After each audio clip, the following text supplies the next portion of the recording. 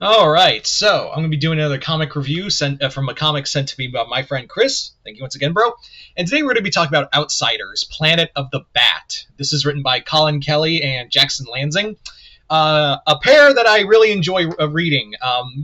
Usually most of the time, I really do enjoy their work. Like, again, what really got me going was, of course, they did that awesome Clayface One Bad Day book, and I was really excited. And I didn't hate this. Keep that in mind. I almost sound like I'm building up to saying I didn't like this book. I did like this book.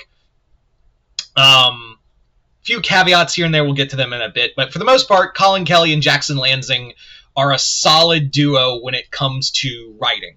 Now, this comic, I'm just going to tell you right now, there's going to be some spoilers here, but I would say this is a recommend. But this is not like the Outsiders you know. This is not your typical Outsiders comic where it's a bunch of like B and C-list characters all brought together and they're all fighting for Batman. But there are Bat characters here. Of course, you saw Batwoman, and also Luke Fox is here, Batwing. And we also have another character, if you're wondering who that is the drummer. As in the drummer from Planetary. Remember how I said this is not your typical Outsiders comic? Yeah, this comic should have been called Planetary, because it takes a lot from the Warren Ellis comic Planetary. Now, Warren Ellis was one of my favorite writers before all the stuff came out and, you know, all the evidence and everything else. But I did enjoy his work. Like, I did enjoy like a lot of the Wildstorm stuff, like the Authority. It's hard to read it, but I usually tend to read those creations when they come from other writers. So I'm kind of glad that Colin Kelly, Kelly and Lansing teamed up to bring Planetary to the DC universe. Because while the Authority and, you know, Gen 13 and Wildcats and, like I said, the Authority, Stormwatch, all of that came integrated into the DC universe. The one that was never really integrated into the DC universe to an extent was Planetary. This is their first time in the DC universe. Oh, sure, there have been DC crossovers, but yeah. So let's talk about this comic. The story is Kate Kane, who, side note, I literally have forgotten that Kate is the blood cousin of Batman. She's Bruce's cousin, for real. Like, I was like, I literally forgot about that. No one brings it up. But anyway, Kate is contacted by Luke, who Luke has said, like, hey, don't you get tired of all these crises and all this other stuff, all this dumb shit that happens? What if there are parts of this universe that we don't know and we can attack first? So I want to introduce you to my friend the drummer, and we're going to go make a team called a new version of the Outsiders to deal with these existential threats. This comic is like 6 one-and-done stories with an overarching plot, kind of like a Doctor Who season, where it's a bunch of seemingly one-and-done stories, but there is an overarching plot. And again, I'm not spoiling anything because they do tell you, like, you obviously see the drummer here, so you do see, like, and also at the end of the book they say at the end of issue 1 they say Planetary. So yeah. Also, if you're wondering, why is the drummer a woman now? Has it gone woke? Oh, shut up, first off. Secondly, there's a reason why the drummer is a woman. And I don't want to spoil it. It does, again, tie into Planet. So if you are a Planetary fan, this will make you happy. But it does tie. There's a reason why there's a legit reason as to why the drummer is now back in the universe as an older woman. There is I also really like, again, how it builds all the other stuff to Planetary as well. And like I said, this is a lot of one-and-done comics that are interconnected into one storyline. At least, I thought this was a miniseries, but no, there's a volume 2, which I kind of want to read. I do really want to read the next volume of the book, which is called Never the End.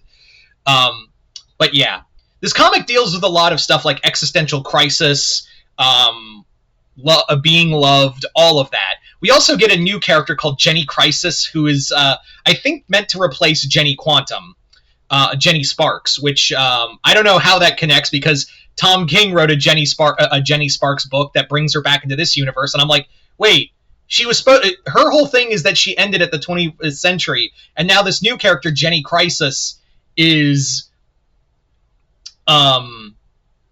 here, like in the 21st century. I don't know how that connects, but we'll see if King or Lansing or Colin Kelly and Jackson Lansing bring that up at all. I do like the whole thing of, like, again, there's a comic in here where Luke and Kate go into a subconscious realm of the Batman and basically meet the multiversal dreaming of the Batman, which is being attacked by and I can't believe they did this, remember the Tales from the Dark Multiverse? And remember the Tales from the Dark Multiverse, Dark Knight's Metal? Well, the Signal became like a dark Batman with a metal guitar. So he's out here to destroy Batman in what is called the narrative virus. The narrative virus is essentially like basically like Lansing and Kelly's cheeky way of saying, like, oh, Batman's just the same story over and over again. So I'm wondering if that will play in a role in the second volume. I really do like it. There is a lot of, like, clearly that Lansing and Kelly want to tell like, you know, Stormwatch or Planetary kind of comics, which I'm curious about and why they did. And probably if they rebring this comic back, they'll probably call it Planetary, but we'll see how that goes in the second volume. I do enjoy that, like, this comic also has this whole thing of, like, Kate and Luke are the most ancillary of the Bat family. Like, they're usually, like, the ones everyone goes, oh yeah, we forgot about you. And it plays into that and how, like, depressing it is to be, you know, Luke and Kate most of the time. Again, I do like the thing with the drummer of being, like, this overarching mystery that they reveal in issue 6. It's really it's really cool. It's a cool overarching story, but there's a few times where I was like, I don't know if that works. Like, in the second issue, Kate reveals that, like, when she was a soldier, she went to this black site in an ever-ending storm where she encountered sea monsters and was like, we'll go, this is my biggest secret. And I'm like, really? You saw like a graveyard of sea monsters and giant monsters all around, and you didn't bother to tell your cousin or the Justice League at no point. Sure, this looks like a job for a newly minted team, sure. But yeah, all in all, I highly recommend this comic, and Chris, thank you once again for this book. Other than that, hope you all enjoyed this review. I'm Mr. Multiverse. I'll see you next time, Multiverse.